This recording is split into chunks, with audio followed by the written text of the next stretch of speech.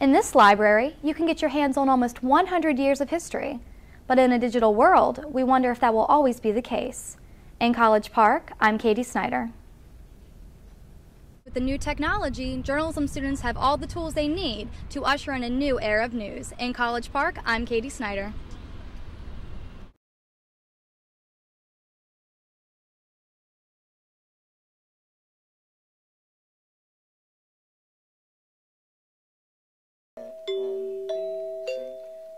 That's the sound of broadcast past. It's one of the thousands of pictures, plaques, press badges, and other artifacts stored at the Library of American Broadcasting. Reference librarian Michael Henry collects trinkets big and small from radio and television's pioneers, dating back to the 1920s. Almost anything here could really qualify as an artifact, depending on how you use it and how you display it and what the story is you're trying to tell. Digital libraries make getting sources more accessible, but acting curator Karen King says leafing through them yourself often becomes a treasure hunt. When people come here and actually look at the files or watch the shows, read the scripts, whatever, they often find things that they didn't know. And is it possible to display everything online and still maintain its value?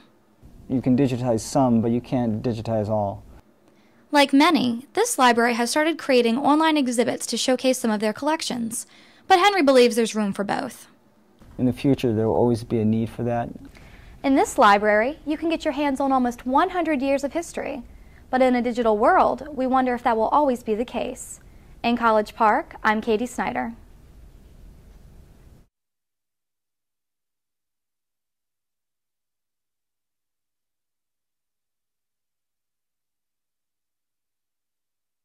It's the new face of journalism. Knight Hall, slated to open in 2010, will replace the 52-year-old journalism building. It's about 4 months from opening, but there's plenty of potential. Steve Crane, assistant dean at the Philip Merrill College of Journalism, is also the project manager. This building is going to be wireless, completely high-tech, much more spacious. The ground floor houses the Great Hall, the Richard Eaton Broadcast Theater, and the News Bubble, which is a lab, study room, and social space.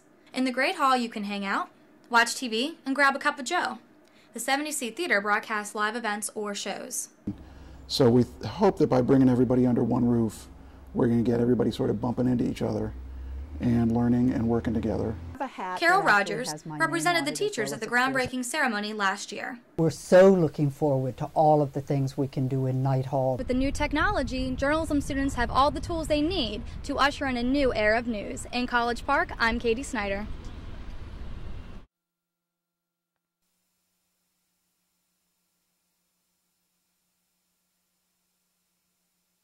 Here at the College Park Airport Museum, visitors get a bird's-eye view of the evolution of flight.